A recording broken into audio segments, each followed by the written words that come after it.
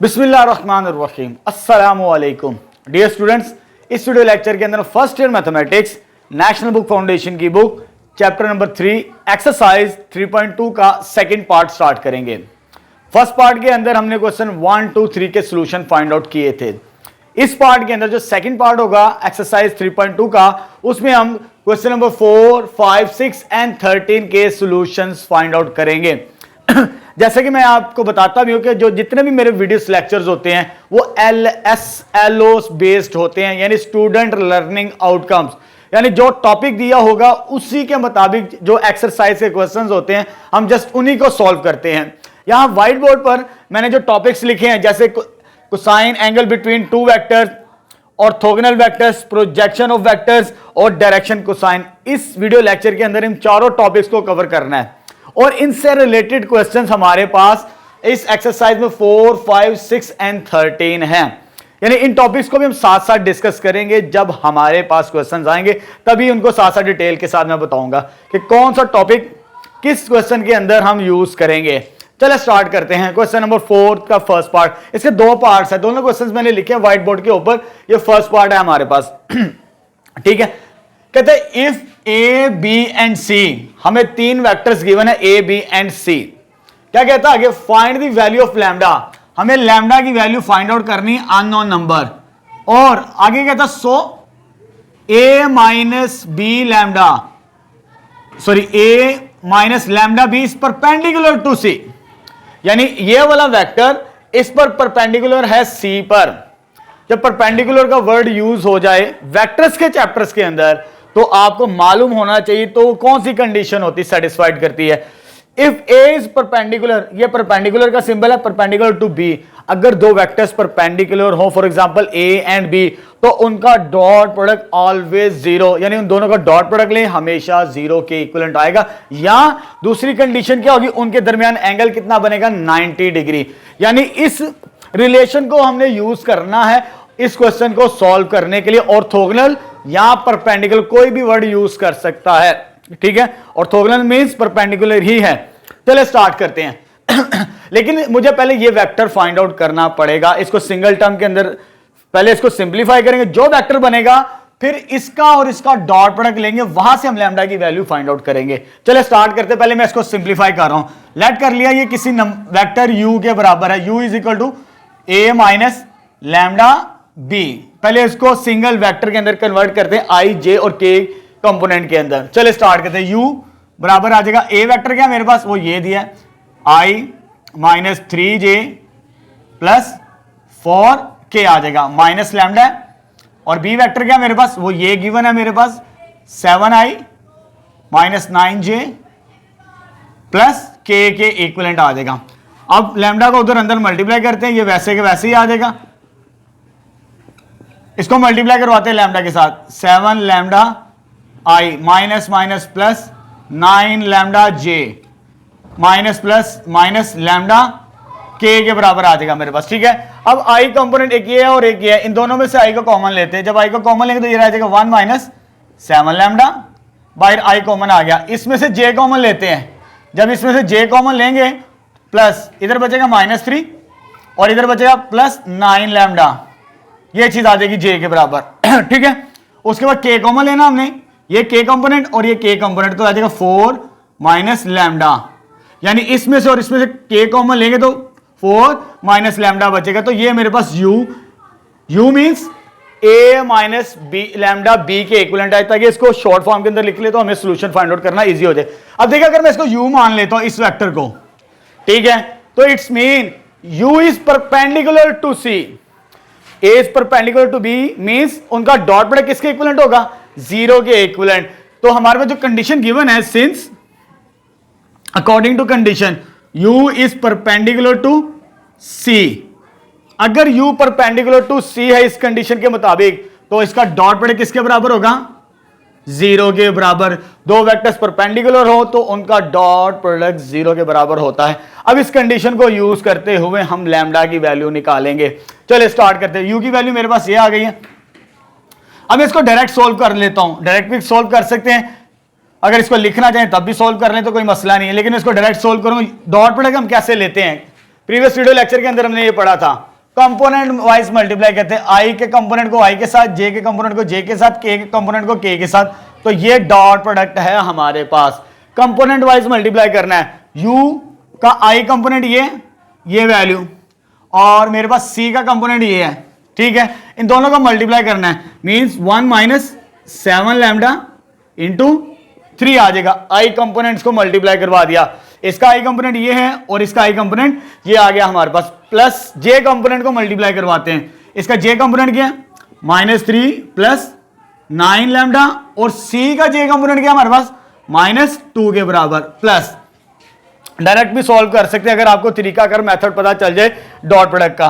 तो इसका के कंपोनेंट क्या 4 माइनस लैम्डा, और इसका क्या है सी का के component that is 5 which is equal to 0। अब इसको सिंप्लीफाई करके लैम्डा की वैल्यू निकालते हैं। तो ये 3 को मल्टीप्लाई किया, ये 3 को इसके साथ मल्टीप्लाई किया 21 लैम्डा, और ये -2 है, माइनस माइनस क्या हो जाएगा +6 plus sorry minus plus minus -18 lambda, और ये 20 4 5 20 और -5 लैम्डा, इनको आपस में मल्टीप्लाई कर दिया। अब कांस्टेंट टर्म ये है और ये आ गई हमारे पास, ठीक है। और ये कितनी बनती है हमारे पास मल्टीप्लाई करवाने से, या देखिए 26 में हम करेंगे 3 ऐड, तो ये 29 बन जाएगा नंबर्स। अब लैम्डा वाली टर्म्स एक ये है और एक ये है, इनको प्लस माइनस करते हैं, तो ये मेरे पास बनता है 44 -44 लैम्डा। इसको सॉल्व करते हैं, ये उधर चला जाएगा, यहां इसको इधर ले आए, -29 उसको डिवाइड कर दें, -29 डिवाइडेड बाय -44, माइनस माइनस के साथ कैंसिल आउट हो जाएगा, तो लैम्डा की वैल्यू क्या आ जाएगी हमारे पास 29/44। तो ये फाइनल वैल्यू आ चुकी है, क्योंकि ये दोनों वेक्टर्स आपस में क्या थे परपेंडिकुलर। तो परपेंडिकुलर की कंडीशन क्या होती है, उनका डॉट प्रोडक्ट किसके बराबर होता है 0। डॉट प्रोडक्ट 0 रख के हमने वहां से लैम्डा की वैल्यू फाइंड आउट कर ली। नेक्स्ट क्वेश्चन नंबर 4 का सेकंड पार्ट स्टार्ट करते हैं। Very important question examination point of view से। शो करना हमने, show that the angle between any two diagonals, कोई से दो डायगोनल्स ऑफ ए क्यूब, जो हमारे पास ज्योमेट्रिकल शेप ऑफ वो क्यूब है, इसके कोई से दो एंगल्स के दरमियान जो बनेगा angle that is cos inverse 1/3, हमने ये प्रूव करना है। मींस ये थीटा के इक्विवेलेंट हमने इसको प्रूव्ड करना है। कोई से दो डायगोनल्स की बात कर रही है, क्योंकि ये शेप हमारे पास क्यूब फॉर्म के अंदर, क्यूब हमारे पास 3 डायमेंशनल स्पेस होती है एक्स वाई और जी एक्सिस के दरमियान, ठीक है।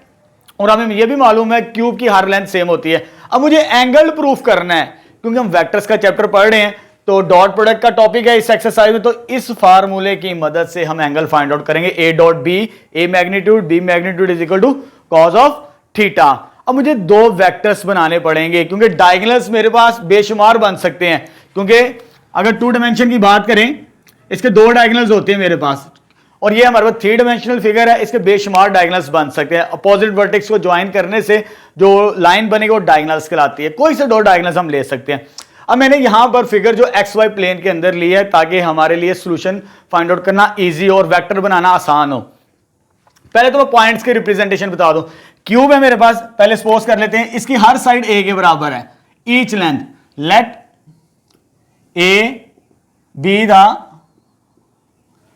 Each side of a cube, ठीक है। हर साइड उसकी ए होगी, चाहे जहां से मर्जी मेजर करे, ये वाली मेजर करे, ये वाली मेजर करे, ये वाली मेजर करे, चाहे ये मेजर करे, चाहे ये मेजर करे, जो मर्जी लेंथ मेजर करे, सारी की सारी क्या होगी ए के इक्विवेलेंट होंगी हमारे पास, ठीक है। अब मेरे पास जो 3 पॉइंट्स मैंने यहां पर लेबल किए, ए बी और सी, ये वाले पॉइंट्स, पहले इनको चेक कर लेते हैं इनके कंपोनेंट्स क्या बनते हैं, फिर हमें रिमेनिंग पार्ट कंपोनेंट्स की जरूरत पड़ेगी, ठीक है। अब मुझे ये जो मेरे पास पॉइंट ए है वो किस एक्सिस के ऊपर है, वाई एक्सिस के ऊपर। तो कंपोनेंट जो होगा हमारे पास, सॉरी पॉइंट एक्स वाई जी प्लेन के अंदर वो इस फॉर्म के अंदर होता है, लेकिन ये पॉइंट ए एक्स एक्सिस पर है, ये और ये 0 होंगे, ये 0 नहीं होगा, इसकी लेंथ ये होगी हमारे पास, ये आ जाएगा ए 0 0। ये जो पॉइंट ए बनेगा एक्स एक्सिस के ऊपर, वाई कंपोनेंट और जी कंपोनेंट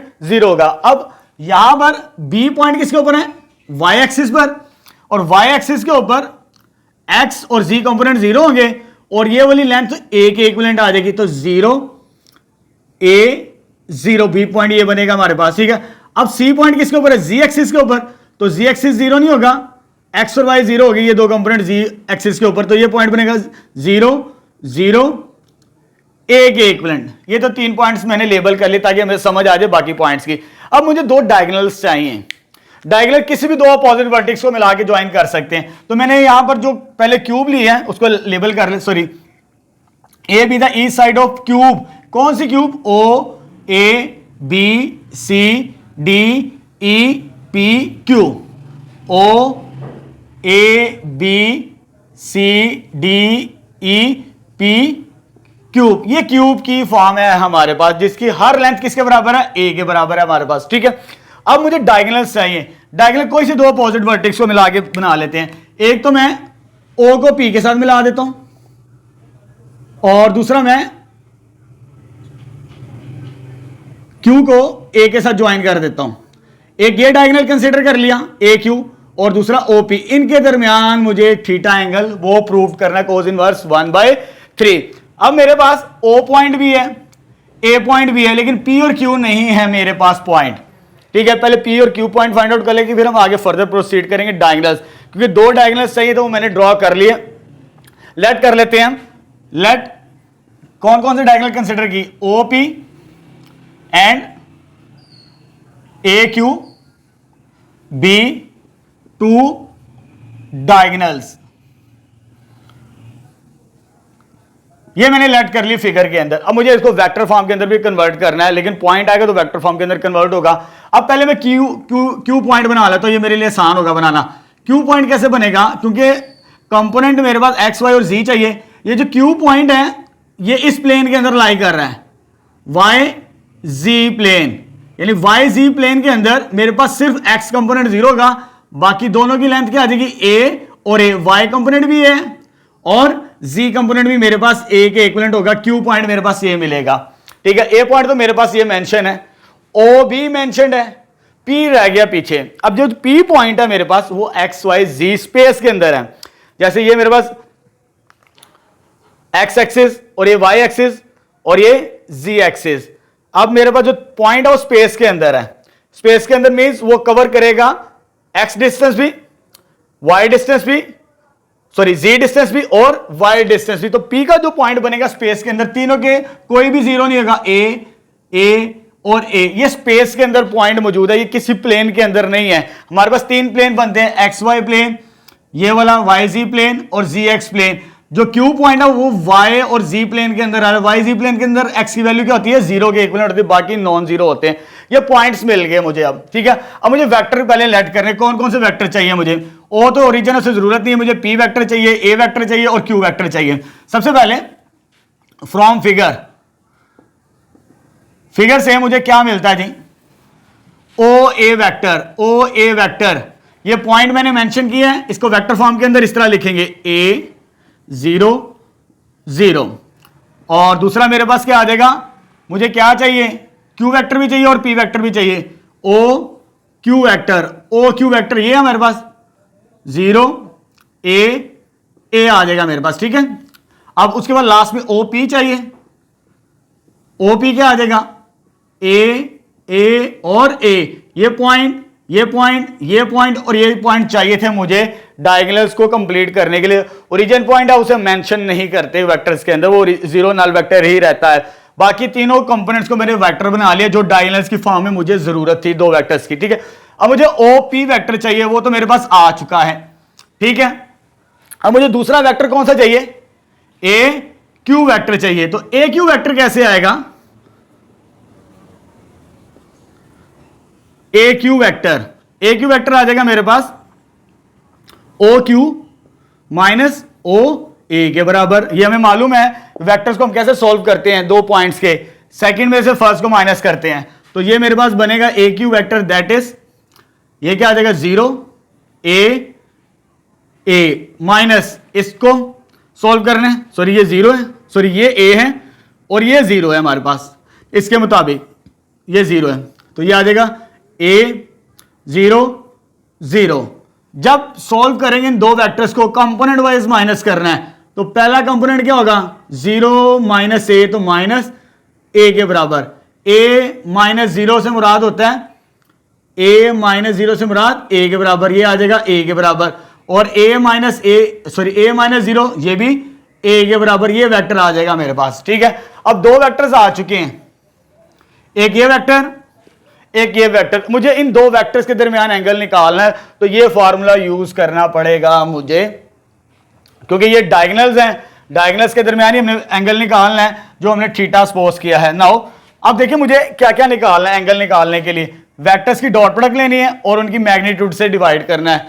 ठीक है, चलिए स्टार्ट कर लेते हैं। Let theta be the angle between किन के दरमियान, O P and A Q, ये दो डायगोनल्स हैं, इनके दरमियान थीटा एंगल है। तो बाय फार्मूला कोसाइन फार्मूला क्या बनता है हमारे पास। ठीक है, क्योंकि ये मैग्नीट्यूड है, नीचे के डिवाइड भी हो सकते हैं, उससे कोई फर्क नहीं पड़ता।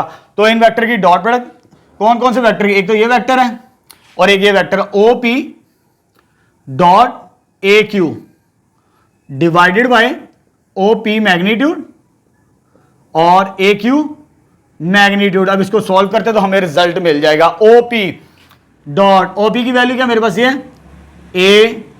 ए माइनस डॉट, ये डॉट आ जाएगा। ए क्यू की वैल्यू क्या मेरे पास वो बनती है मेरे पास वो माइनस ए और ए आ जाएगा डिवाइडेड बाय इनकी मैग्नीट्यूड। मैग्नीट्यूड का ये फॉर्मूला है जी, कंपोनेंट का स्क्वायर किया जाता है।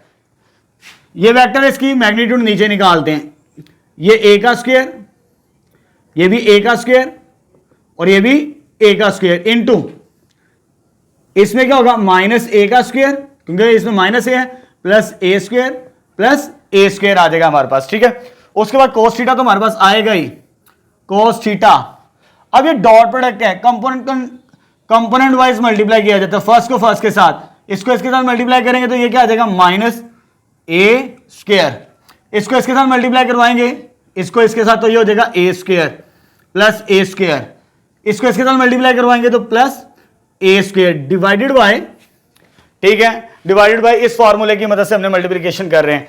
तो नीचे हमारे पास क्या आ जाएगा √3a² इंटू ये भी ए स्क्वायर ही बनता है, उसको डायरेक्ट सोल्व कर रहे हैं, मेरे पास स्पेस नहीं है तो मींस मैं एक स्टेप इधर छोड़ रहा हूं, अब डायरेक्ट भी सोल्व कर ले क्योंकि स्क्वायर आएगा वो पॉजिटिव हो जाएगा।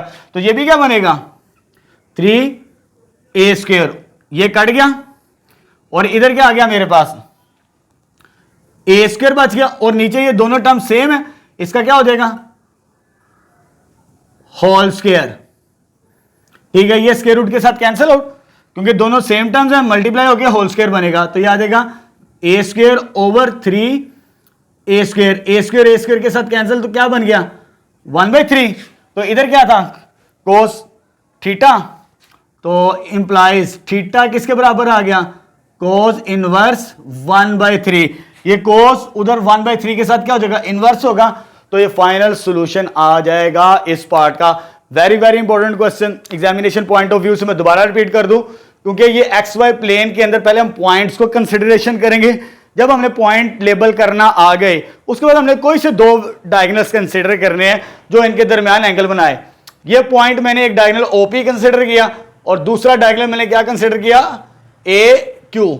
आपको अगर पॉइंट रिप्रेजेंटेशन करना आ गई उसके बाद हमने फॉर्मूला लगा के कोसाइन एंगल का ये वाला उसको रिजल्ट को ड्राइव कर दिया। नेक्स्ट क्वेश्चन नंबर 5 का फर्स्ट पार्ट स्टार्ट करते हैं। हमें एक वेक्टर गिवन है A, if a vector find the direction cosine, यानी इस वेक्टर्स के हमने डायरेक्शन कोसाइन फाइंड आउट करना है। डायरेक्शन कोसाइन के ये फॉर्मूले लिखे हैं, कोस अल्फा कोस बीटा और cos gamma are the direction cosine and alpha beta gamma direction angles कहलाते हैं, ये याद रखिएगा डायरेक्शन एंगल्स।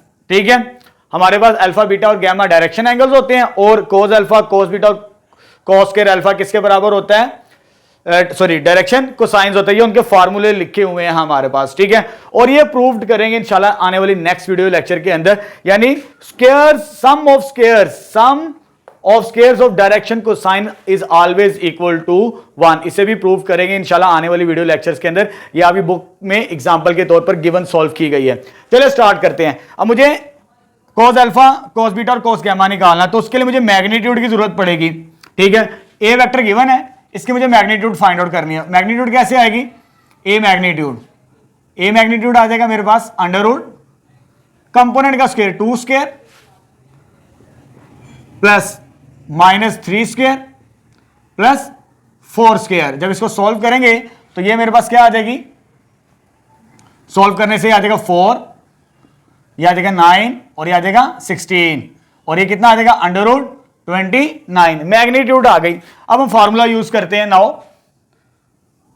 cos अल्फा किसके बराबर है? That is x over magnitude of A. ये मेरे पास x कंपोनेंट है जी, x की वैल्यू कितनी है? 2 divided by under root magnitude कितना है? Under root 29। cos beta second direction cosine, y component क्या है? -3 ओवर अंडर रूट 29। लास्ट में third cos gamma z over magnitude of a। तो z की वैल्यू मेरे पास क्या है? दैट इज ये y थी और z की वैल्यू क्या है? 4 के बराबर है। तो लास्ट के वाला कंपोनेंट तो याद आएगा 4 ओवर मैग्नीट्यूड अंडर रूट 29। तो ये मेरे पास सिंपल एक क्वेश्चन था जिसके डायरेक्शन को साइन बड़ी आसानी से हमें मिल गई। हमने क्या करना है? सिर्फ मैग्नीट्यूड निकालनी है। मैग्नीट्यूड निकालने के बाद कंपोनेंट को, जो आई जे का कंपोनेंट है, उसको 1/1 2 को अंडर रूट पे डिवाइड करें 29, फिर -3 को अंडर रूट 29, फिर 4 को अंडर रूट 29 डिवाइड करेंगे तो हमें सोल्यूशन मिल जाएगा इन फार्मूले की मदद से। नेक्स्ट क्वेश्चन नंबर 5 का सेकंड पार्ट स्टार्ट करते हैं। इसमें हमने प्रोजेक्शन से रिलेटेड क्वेश्चंस को सॉल्व करना है। ठीक है, projection A along B, formula होता है हमारे पास A dot B over B magnitude, जिसके अलोंग हो उसकी मैग्नीट्यूड से डिवाइड किया जाता है। इट्स मीन हमने इस फार्मूले की मदद से क्वेश्चन नंबर 5 का सॉल्यूशन फाइंड आउट करना है। प्रोजेक्शन होता है क्या बेसिकली? जैसे ए अलोंग बी, यहां पर मैंने रिटर्न किया प्रोजेक्शन ए अलोंग बी।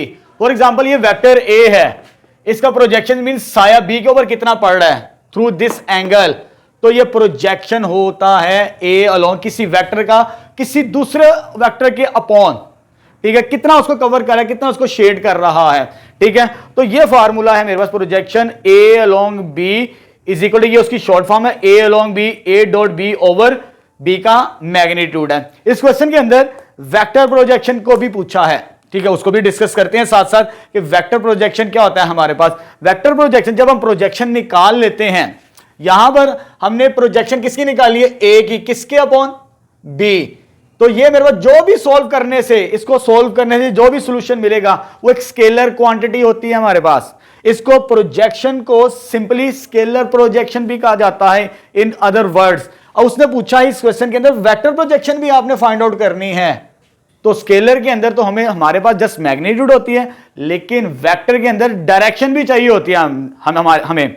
ठीक है, अगर मुझे इसकी वेक्टर प्रोजेक्शन निकालनी है, इस वेक्टर ए की इसके अपॉन, तो मुझे क्या करना पड़ेगा? इस वेक्टर को इसके यूनिट वेक्टर के साथ मल्टीप्लाई करवाना पड़ेगा, तो फिर मुझे उसकी डायरेक्शन मिलेगी। क्योंकि हम फिजिक्स में यही चीजें पढ़ते हैं, क्योंकि किसी वेक्टर किसी स्केलर क्वांटिटी के मल्टीप्लाई कर दिया जाए यूनिट वेक्टर के साथ तो वेक्टर क्वांटिटी बन जाती है। तो इट्स मीन ये देखिए A dot B over B magnitude था, सॉरी ये तो मेरे पास सिंपल प्रोजेक्शन है, जिसे स्केलर प्रोजेक्शन भी कहा जाता है। उसको मैंने किसके साथ मल्टीप्लाई करवाया?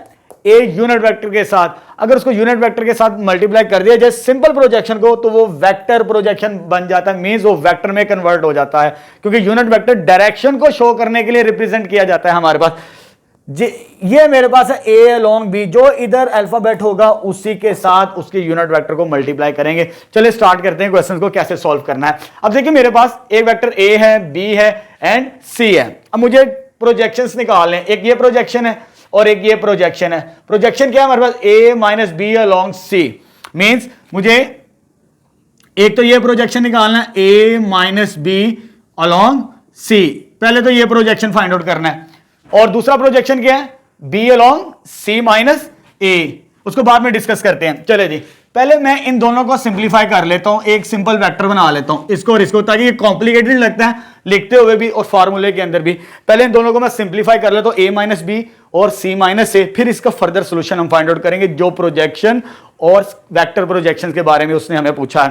चलिए पहले मैं लेट कर लेता हूं कि u बराबर है a माइनस बी के बराबर, तो u मेरे पास आ जाएगा, a वेक्टर क्या मेरे पास i minus 2j plus 3k minus B vector, b यानी इनके साइन चेंज करने हैं, मैं डायरेक्ट सोल्व करूं 3i plus 2j minus k के इक्विवेलेंट, तो u वेक्टर मेरे पास क्या आ जाएगा, इसको सोल्व किया तो माइनस 2i, ये और ये कैंसिल आउट, प्लस 0j लिख लेते हैं ताकि आगे स्केलर भी करना है, मल्टीप्लाई भी करना है, तो मेरे पास सॉरी ये 3k था, 3k और ये इसको इसके साथ सोल्व किया तो ये 2k आ गया। पहले मैंने इसको सिंपल सॉल्व कर लिया और वेक्टर बना दिया, उस वेक्टर को क्या नाम दे दिया u। इसी तरह हम इसको भी सॉल्व कर लेते हैं आसानी के लिए, तो इसको क्या देते हैं v किसके बराबर है, c माइनस a के बराबर, तो c की वैल्यू क्या मेरे पास 7i minus j plus 8k, ठीक है, माइनस a, इनके साइन चेंज करने हैं, minus i minus minus plus 2j plus minus minus 3k, जब इसको सॉल्व करेंगे तो वेक्टर में क्या मिलेगा हमें, वेक्टर v, इसको इसके सॉल्व करेंगे इसके साथ तो जाते हैं v sorry 6i plus j और लास्ट में 5k के बराबर आ चुका है, यानी ये वेक्टर u बन चुका है। इसको मैंने क्या नाम दे दिया, u वेक्टर का नाम दे दिया, और इसको मैंने किसका नाम दे दिया, v वेक्टर का नाम दे दिया। अब हमें सोल्व करने में आसानी होगी।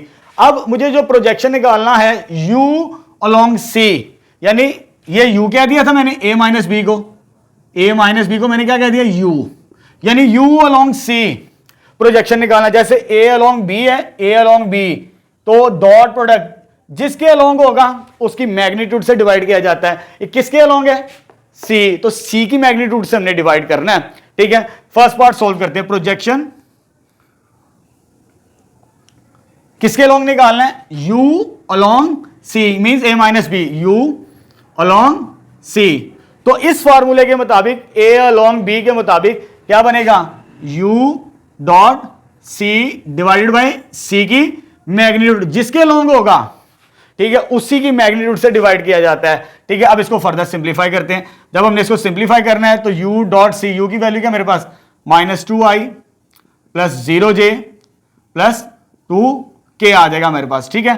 डॉट क्या बनेगा हमारे पास, और ये डॉट आएगा किसका, c का, c की वैल्यू क्या 7i minus j plus 8k divided by, किससे डिवाइड करना है, c की मैग्नीट्यूड, c की मैग्नीट्यूड से मुराद क्या है, c के कंपोनेंट का स्क्वायर करना है हमने, c के कंपोनेंट का स्क्वायर, c के कंपोनेंट क्या बनते हैं 7 स्क्वायर माइनस 1 स्क्वायर और 8 का स्क्वायर, तो ये आ जाएगा कंपोनेंट वाइज मल्टीप्लाई करें, minus 2 into 7 plus 0 into minus 1 plus 2 into 16, तो डिवाइडेड बाय, तो ये आ जाएगा मेरे पास अंडर रूट 49 1 प्लस 64, और जब इसको सॉल्व करेंगे तो फर्स्ट प्रोजेक्शन मेरे पास आ जाएगा माइनस 14 प्लस 0 खत्म हो जाएगा 16 ओवर, तो ये आ जाएगा 114, इसको ऐड करेंगे अंडर रूट, तो फाइनली 2 ओवर 114 मेरे पास आ जाएगा इसका प्रोजेक्शन, इस वेक्टर का projection a minus B along c, ये मैंने फाइंड आउट कर लिया, ठीक है। अब मुझे क्योंकि दो चीजें सेटिस्फाइड करवानी है, उसने पूछा also find their vector projection, मुझे इसका वेक्टर प्रोजेक्शन भी फाइंड आउट करना है, ठीक है। जब मुझे इसका वेक्टर प्रोजेक्शन चाहिए तो मैं इधर सोल्व कर रहा हूं इसका वेक्टर प्रोजेक्शन। वेक्टर प्रोजेक्शन मुझे क्या मिलेगा, इसका वेक्टर प्रोजेक्शन किसका फाइंड आउट करना है, पहले वेक्टर प्रोजेक्शन यानी इसका वेक्टर प्रोजेक्शन फाइंड आउट करना है। बड़ा सिंपल सा है, ये जो नीचे वाला है इसके यूनिट वेक्टर के साथ आपने मल्टीप्लाई करना है, जैसे मैंने इस फॉर्मूले के अंदर लिखा है projection a along b, vector projection a along b, ये हमने फाइंड आउट कर लिया, a डॉट b और b मैग्नीट्यूड किसके साथ मल्टीप्लाई हो रहा है, यूनिट वेक्टर a के साथ, यानी इसके यूनिट वेक्टर के साथ मल्टीप्लाई करेंगे तो हमें वेक्टर प्रोजेक्शन मिलेगा, इसका इस वेक्टर का वेक्टर प्रोजेक्शन मिलेगा, ठीक है। चलिए सॉल्व करते हैं। वेक्टर प्रोजेक्शन क्या आ जाएगा मेरे पास, तो ये आ जाएगा वेक्टर प्रोजेक्शन किसका बनेगा, u along c, vector projection. तो इसका बनेगा, ये तो मैंने सॉल्व कर लिया, पहले फॉर्मूला लिख लें, u dot C over u magnitude into unit vector आ जाएगा हमारे पास, ठीक है। यूनिट वेक्टर के साथ मल्टीप्लाई करवाना है। ये वैल्यू तो मैंने फाइंड आउट कर ली है, वैल्यू क्या है मेरे पास 2 ओवर अंडर रूट 114। अब यूनिट वेक्टर को कैसे फाइंड आउट करते हैं, वेक्टर को उसकी मैग्नीट्यूड से डिवाइड किया जाता है, वेक्टर को उसकी मैग्नीट्यूड से। तो u वेक्टर मेरे पास कहां पर है, वो u वेक्टर तो ये है मेरे पास, ये वेक्टर लिखेंगे साथ में इसकी मैग्नीट्यूड भी उधर फाइंड आउट कर लेते हैं। तो ये आ जाएगा मेरे पास 2 यूनिट 2 इंटू u की वैल्यू क्या है -2i प्लस 0j रहने थे इस फॉर्म के अंदर, और 2k, 0 मैंने खत्म कर दिया और माइनस, सॉरी यहां पर प्लस था, यहां पर प्लस था, बाकी करेक्शन ठीक है हमारी, और अंडर रूट 114। अब इसका यूनिट वेक्टर, सॉरी u की मैग्नीट्यूड क्या आएगी मेरे पास, इस कंपोनेंट का स्क्वायर -2 का स्क्वायर, इस कंपोनेंट का स्क्वायर, तो वो भी क्या बनेगा मेरे पास 2 का स्क्वायर। अब इसको सॉल्व करते हैं, 2 into -2i plus 2k over under root 114 into ये क्या बनेगा 4 प्लस 4, दैट इज, ये क्या आ जाएगा मेरे पास projection, vector projection u along c। तो ये 8 बनेगा, 2 इंटू -2i प्लस 2k, ये आ गया divided by under root 114 into, जब इसको सॉल्व करेंगे फर्दर तो ये आ जाएगा 2 अंडर रूट 2, ये इसके साथ कैंसल आउट, अंडर रूट को कंबाइन मल्टीप्लाई कर दें तो ये मेरे पास बन जाएगा -2i प्लस 2k ओवर 228। तो ये मेरे पास बन जाएगा फाइनल इसका सॉल्यूशन। अगर इसको फर्दर सिंप्लीफाई करना चाहते हैं तो आगे भी सॉल्व कर सकते हैं आप, अगर करना चाहेंगे तो कर लीजिए। तो ये बनता है मेरे पास सॉल्व करने से 2 अंडर रूट 57, क्योंकि इसको सॉल्व कर लीजिएगा कैलकुलेटर से, ऊपर से 2 कॉमन आता है, 2 ऊपर से अगर कॉमन लें -2 कॉमन ले, सॉरी कॉमन ले लें 2 -i प्लस k, ठीक है। इसको मल्टीप्लाई करेंगे तो आपको कैलकुलेटर से ये सॉल्यूशन मिल जाएगा, क्योंकि 114 होते हैं, 57 मल्टीप्लाई बाय 2 के इक्विवेलेंट बनता है हमारे पास, ठीक है। वो अंडर रूट 2 बाहर आ जाएगा, ये 2 कैंसिल आउट, तो फाइनल आ जाएगा -i plus k over under root 57। यानी अभी हमने इस पार्ट का स्केलर प्रोजेक्शन, ये स्केलर प्रोजेक्शन, ठीक है, और इसी का वेक्टर प्रोजेक्शन भी फाइंड आउट कर लिया। वेक्टर प्रोजेक्शन जब निकालना हो, जिसका निकालना है जिस वेक्टर के, उसी के यूनिट वेक्टर के साथ आपने मल्टीप्लाई करके इसको सॉल्व कर लेना है। अब हम सेकंड पार्ट इसको सिंप्लीफाई करते हैं, इस पार्ट को। चलिए स्टूडेंट नेक्स्ट इसको सॉल्व करते हैं, projection of B along C minus A. अब हमने जो प्रोजेक्शन फाइंड आउट करना है B along C minus A, इसको हमने पहले से कैलकुलेट कर लिया है, सी माइनस ए, उसका नाम क्या दे दिया है, that is equal to v के बराबर। यानी अब हमने b अलोंग v निकालना है, तो b अलोंग v का फॉर्मूला क्या बनेगा इसके मुताबिक, प्रोजेक्शन के मुताबिक, तो आ जाएगा b dot v divided by v की मैग्नीट्यूड, जिसके अलोंग हो उसकी मैग्नीट्यूड से डिवाइड किया जाता है, ठीक है, जिसके अलोंग हो उसकी मैग्नीट्यूड से डिवाइड किया जाता है। तो b वेक्टर v वेक्टर, तो ये b वेक्टर आ जाएगा 3i -2j plus k dot v vector, ये मैंने सॉल्व कर लिया था स्टार्टिंग के अंदर, 6i plus j plus 5k divided by क्या बनेगा हमारे पास v की मैग्नीट्यूड, क्या आ जाएगी 6 का स्क्वायर 1 का स्क्वायर और 5 का स्क्वायर, 6 का स्क्वायर 1 का स्क्वायर 5 का स्क्वायर। अब इसको मल्टीप्लाई करवाना है 3 को 6 के साथ, 3 इंटू 6 प्लस -2 इंटू 1 और 1 इंटू 5 और डिवाइडेड बाय क्या बनेगा हमारे पास 36 अंडर रूट 36 प्लस 1 प्लस 25। तो फाइनली मेरे पास क्या आ जाएगा ये 18 -2 प्लस 5 ओवर अंडर रूट 62। इसको ऐड करेंगे तो अंडर रूट 62, इसको सॉल्व करेंगे तो फाइनली मेरे पास जो प्रोजेक्शन बनेगा 21 ओवर अंडर रूट 62। तो ये तो अभी आया सिंपल प्रोजेक्शन हमने फाइंड आउट किया, मीन स्केलर प्रोजेक्शन। आगे उसने कहा वेक्टर प्रोजेक्शन भी निकालनी है इसकी। वेक्टर से अभी मैंने फर्स्ट पार्ट के अंदर जैसे बताया, इस केस के अंदर इसकी मुझे प्रोजेक्शन निकालने बी की, इसी के यूनिट वेक्टर के साथ मल्टीप्लाई करेंगे इसको, ठीक है। जैसे यहां पर लिखा vector projection A along B, ये वैसे का वैसे आ जाएगा, इसके था, इसका प्रोजेक्शन था ए का, तो ए के यूनिट वेक्टर के साथ मल्टीप्लाई किया। अब मेरे पास जो प्रोजेक्शन किसका है,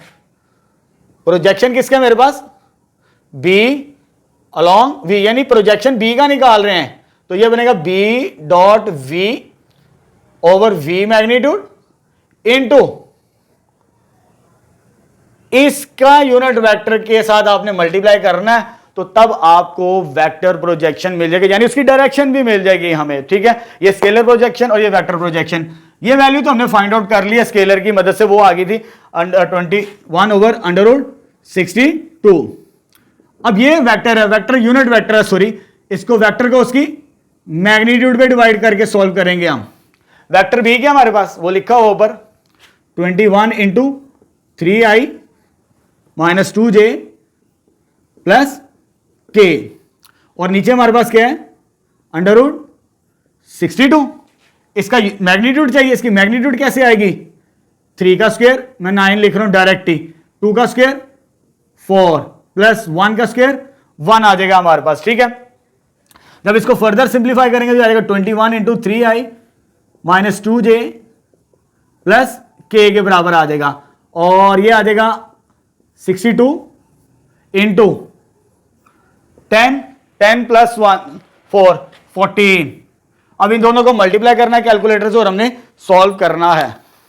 तो जब मल्टीप्लाई करेंगे तो ये हमारे पास आता है 2 अंडर रूट 217। कैलकुलेटर से इसको सॉल्व कर लीजिए, 21 into 3i minus 2j plus k, तो ये इसका वेक्टर प्रोजेक्शन आ जाएगा हमारे पास इस पार्ट का। दोनों इंपॉर्टेंट क्वेश्चन हैं, एक स्केलर है, सिंपल प्रोजेक्शन को स्केलर प्रोजेक्शन भी कहा जाता है, और दूसरा जो है हमारे पास वेक्टर प्रोजेक्शन, ठीक है।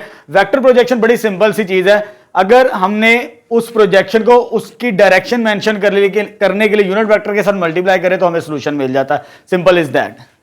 नेक्स्ट क्वेश्चन नंबर 6 का फर्स्ट पार्ट स्टार्ट करते हैं। हमारे पास स्टेटमेंट गिवन है 3 vertices of a triangle A B and C. हमें ट्राइंगल के 3 वर्सेस गिवन है, 3 पॉइंट्स, और वो कह रहा है कि show that triangle A B C is a right angle triangle, कि ये राइट एंगल ट्राइंगल से मुराद ये एंगल 90 रखेगा, एक एंगल 90 लाजमी आएगा, ये हमने प्रूव्ड करना है, ठीक है। उसके बाद फाइंड अदर एंगल्स, जब आप ये प्रूव कर लें कि एंगल 90 बनता है, ठीक है, फिर हमने ये 2 एंगल्स फाइंड आउट करने हैं, ये वाला और ये वाला एंगल। जब ये 3 पॉइंट जैसे भी हो, यहां पर मेंशन नहीं किया कि किस पॉइंट पर 90 है, ये इस बात को जहन में रख ले। यहां पर मैंने ए बी सी मेंशन नहीं किया पहले से, अगर उसने कहा होता किसी ए पर बी पर सी पर तो मैं यहां पर मेंशन कर देता, इसको बाद में मेंशन करेंगे हम जब हमें पता चल जाएगा कि 90 का एंगल किस पॉइंट के ऊपर बन रहा है। चलिए स्टार्ट करते हैं, क्योंकि हम वेक्टर्स का चैप्टर पढ़ रहे हैं, तो डॉट प्रोडक्ट की मदद से राइट एंगल से मुराद क्या होता है, 90 का एंगल। तो यहां पर मैंने लिखा हुआ है 90 का एंगल, 90 का एंगल से मुराद क्या होता है, डॉट प्रोडक्ट क्या होना चाहिए, 0, 2 वेक्टर्स का डॉट प्रोडक्ट 0 होना चाहिए, ठीक है। लेकिन हमारे पास पॉइंट्स कितने हैं, 3 पॉइंट्स गिवन है, ए बी और सी। पहले तो इनको पोजीशन वेक्टर की फॉर्म के अंदर कन्वर्ट कर लेते हैं। ए का पोजीशन वेक्टर ये मैंने कंसीडर कर लिया, क्योंकि ये ब्रैकेट की फॉर्म में है और ये इनइक्वालिटी की फॉर्म में, जो आपकी बुक में रिप्रेजेंटेशन है वो वेक्टर की इस फॉर्म के अंदर है। ये बी पॉइंट था, ये बी वेक्टर आ गया, ये सी पॉइंट था, ये सी वेक्टर आ गया, यानी तीनों पॉइंट्स को ए बी और सी को पहले हमने वेक्टर के अंदर रिप्रेजेंट कर लिया। अब ये पॉइंट के आए हमारे पास, साइड्स के वेक्टर नहीं आए। अब हमें जैसे ए बी सी जो जैसे मर्जी है, 3 वेक्टर चाहिए, ए बी बी सी और सी ए। ये वेक्टर्स के दरमियान डॉट प्रोडक्ट चेक करना है कि किन 2 वेक्टर्स का डॉट प्रोडक्ट लें, ठीक है। जैसे 3 वेक्टर्स निकालेंगे, पहले ए बी बी सी और ए सी, इन तीनों के दरमियान चेक करेंगे किन 2 वेक्टर्स का डॉट प्रोडक्ट 0 बनता है, तो फिर हम आगे फर्दर सॉल्यूशन फाइंड आउट करेंगे। चलिए स्टार्ट करते हैं। पहले मैंने ये तीनों वेक्टर्स निकालने हैं, तो पहले ए बी वेक्टर निकालते हैं। ए बी वेक्टर कैसे आएगा, सेकंड में से फर्स्ट को माइनस करते हैं, ओ बी माइनस ओ ए के इक्विवेलेंट।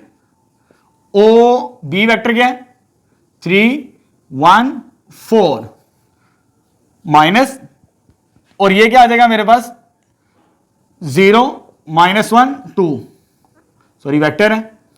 अब ये वेक्टर को इसमें से माइनस करना है, दोनों को माइनस करना है, तो फर्स्ट को फर्स्ट के साथ माइनस करेंगे तो ये आ जाएगा 3 minus 0 1 minus minus plus 4 minus 2, तो ये क्या आ जाएगा ए बी वैक्टर, ये आ जाएगा A B vector. A B vector क्या आ गया मेरे पास, दैट इज 3 2 2 आ जाएगा मेरे पास, ठीक है। एंड दूसरा vector B C vector find out करते हैं हम। बी सी वेक्टर कैसे आएगा हमारे पास, O C minus O B, यानी सेकंड में से फर्स्ट को माइनस करेंगे। सी की वैल्यू क्या हमारे पास, सी की वैल्यू ये लिखिए 5 7 1 माइनस ओ बी की वैल्यू क्या है 3 1 4, तो ये आ जाएगा 5 माइनस 3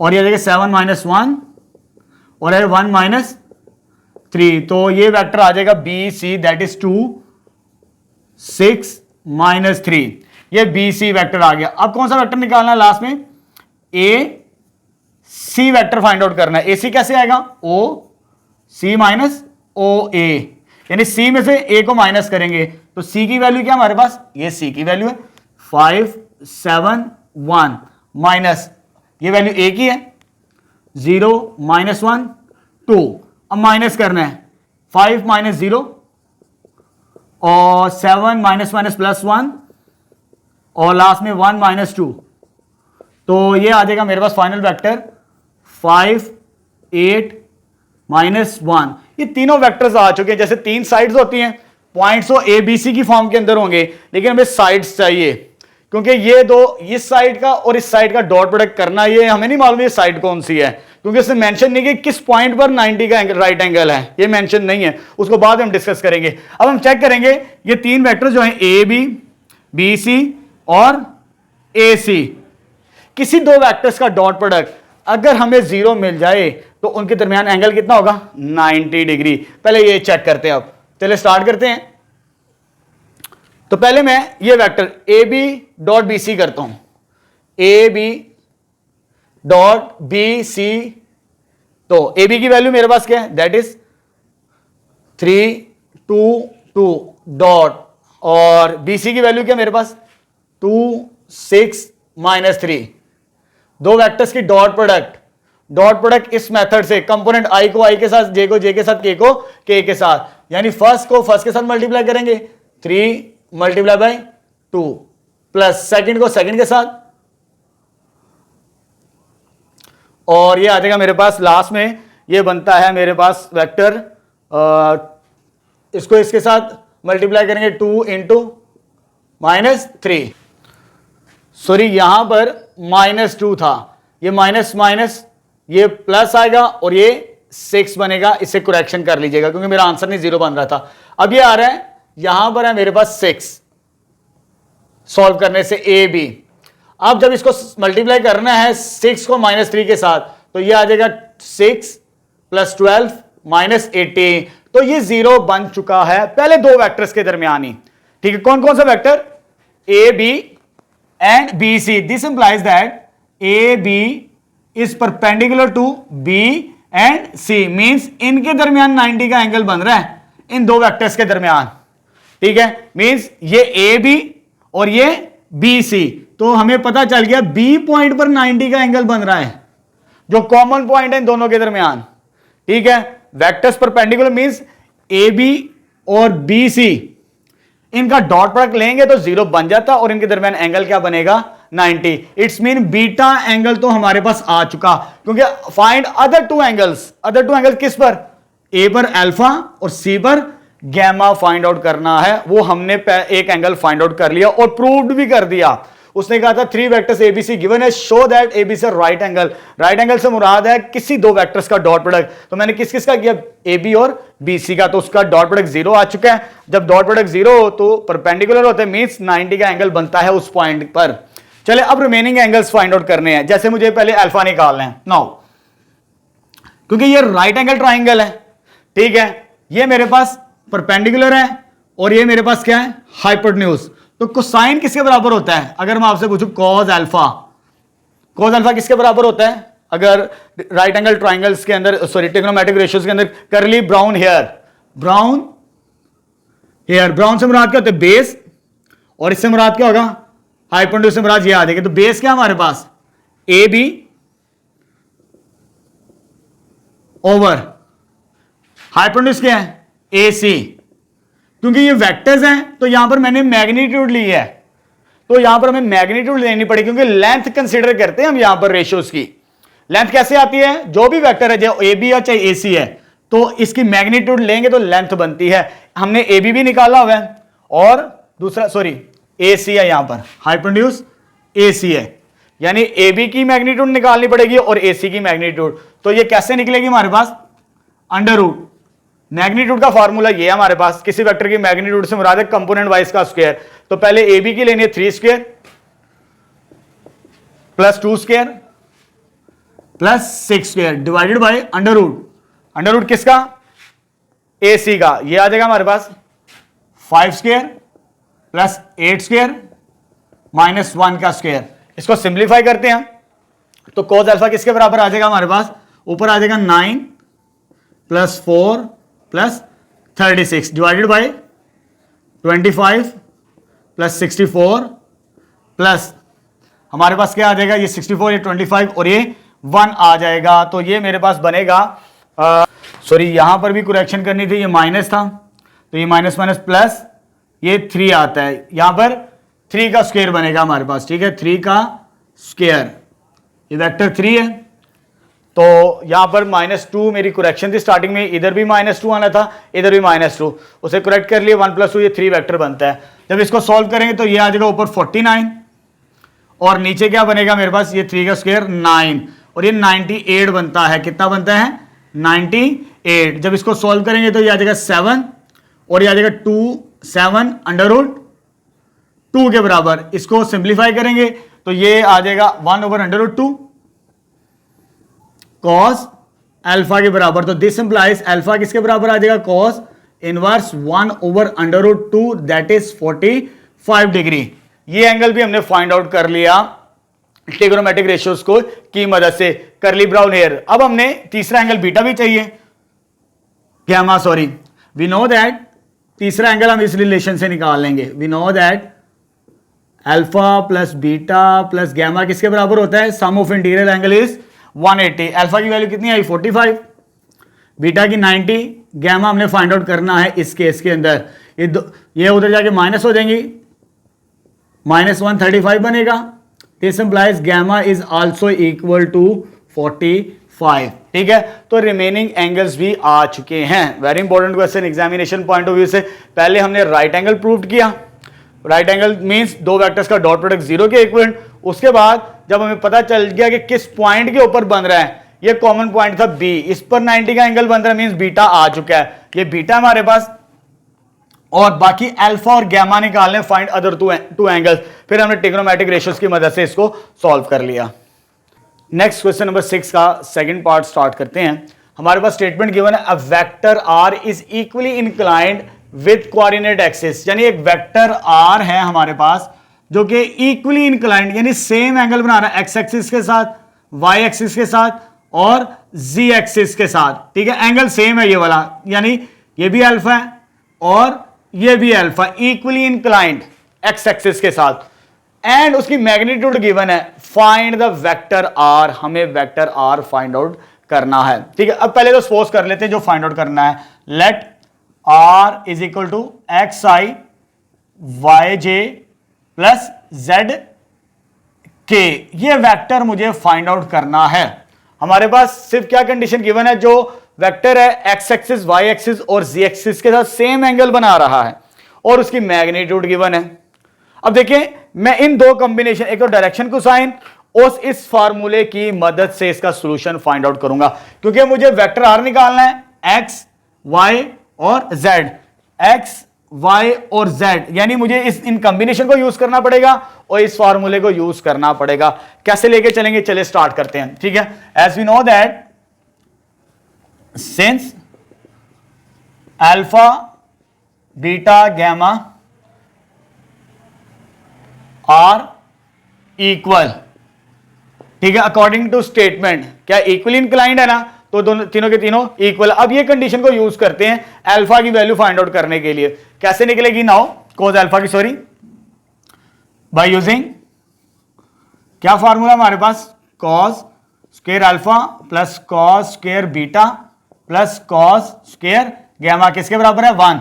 अल्फा बीटा और गैमा की वैल्यू क्या सेम है, क्योंकि तीनों एंगल्स आर जो है एक्स एक्सिस के साथ एंगल क्या है सेम है, तो तीनों को एक ही कंसीडर कर लेते हैं। कॉस स्क्वायर अल्फा, इसको भी अल्फा कह देते हैं कॉस स्क्वायर अल्फा, और इसको भी कह देते हैं कॉस स्क्वायर अल्फा के बराबर। ठीक है, ये वन टाइम तो हो जाएगा 3 times cos square alpha is equal to 1। 3 इधर आगे क्या हो जाएगा डिवाइड, तो cos square alpha is equal to 1/3। जब इसको स्क्वायर रूट लेंगे तो कॉस अल्फा की जो वैल्यू आएगी प्लस माइनस 1/√3 के इक्वलेंट आ जाएगी हमारे पास। ठीक है, ये मेरे पास वैल्यू आ चुकी है कॉस अल्फा की। क्योंकि मुझे एक्स वाई और जी की वैल्यू निकालनी है फाइनली, फिर मुझे आर वेक्टर मिलेगा, क्योंकि फाइनली मुझे आर वेक्टर निकालना। अब मैं इन कॉम्बिनेशन को यूज करूंगा कोसाइन लॉ। ठीक है, बाय कोसाइन लॉ कैसे लेके चलेंगे, by cosine law. Cosine law क्या कहते हैं, कॉस अल्फा किसके बराबर होता है हमारे पास, एक्स ओवर आर मैग्नीट्यूड। तो दिस इंप्लाइज एक्स, ये डिवाइड करा के क्या हो जाएगा मल्टीप्लाई, तो ये आ जाएगा मेरे पास R magnitude cos of alpha के बराबर।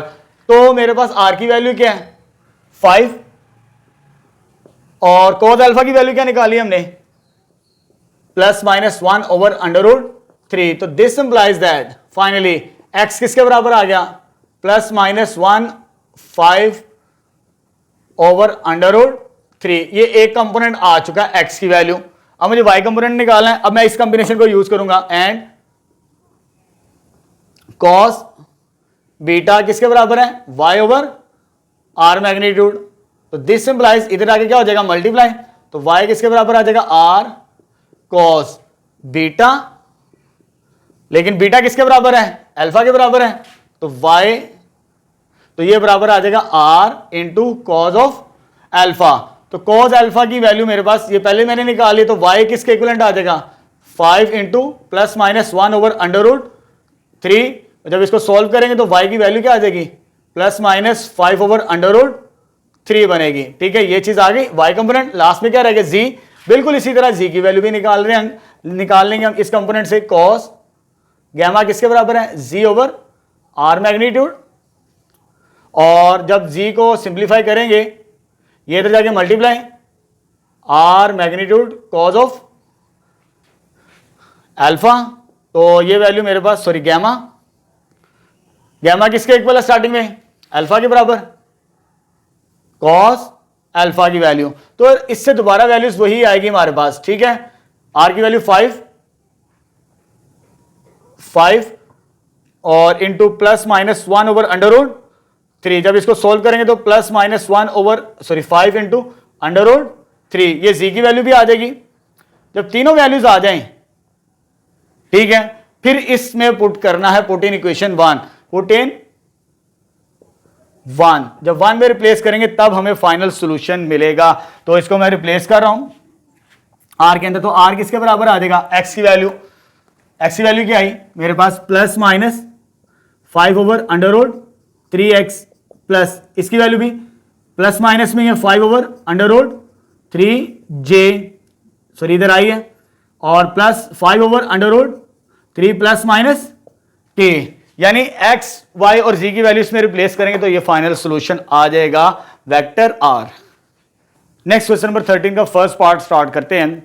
इस वीडियो लेक्चर के अंदर स्टार्ट में मैंने बताया था हम क्वेश्चन नंबर 4, 5, 6 एंड 13 के सॉल्यूशन फाइंड आउट करेंगे, जो इनसे रिलेटेड क्वेश्चंस हैं, कोसाइन, ऑर्थोगोनल, प्रोजेक्शन और कोसाइन लॉ से रिलेटेड। उसी से रिलेटेड हम इस क्वेश्चन को सॉल्व करें। पहले क्वेश्चन नंबर 13 को चले स्टार्ट करते हैं। 13 का first part, the resultant of two vectors A and B, यानी दो वेक्टर का रिजल्टेंट, फॉर एग्जांपल ये वेक्टर ए है और ये वेक्टर बी है हमारे पास। ठीक है, तो इसका रिजल्टेंट क्या होगा, that is A plus B. ठीक है, ये कंडीशन की दी हमें। The resultant of two vectors A and B is perpendicular, यानी ये वेक्टर परपेंडिकुलर होगा किस पर, ए पर, ठीक है, एंड दिस, ये कंडीशन हमें गिवन है, यानी कि ये a plus B is perpendicular to A, ये कंडीशन गिवन की है, और साथ में magnitude of A is equal to 1/√, times 1/√, times B magnitude, यानी इन दो वेक्टर, ये दो कंडीशंस हमें गिवन है। आगे हमें प्रूफ क्या करना है, show that the resultant of, किसका रिजल्टेंट, 7a का और b का, इसका रिजल्टेंट क्या होगा, for example 7a plus b, वो कहता है कि आपने प्रूफ करना है कि जो 7a प्लस b का रिजल्टेंट होगा that is perpendicular to b। Perpendicular to b से मुराद है इन दोनों का डॉट प्रोडक्ट 0 आएगा, ये हमने प्रूव करना है, ठीक है, इस कंडीशन के मुताबिक, ऑर्थोगोनल वेक्टर की कंडीशन के मुताबिक, यानी 7a प्लस b का डॉट प्रोडक्ट लें, किसके इक्वल आंसर आना चाहिए, 0 के।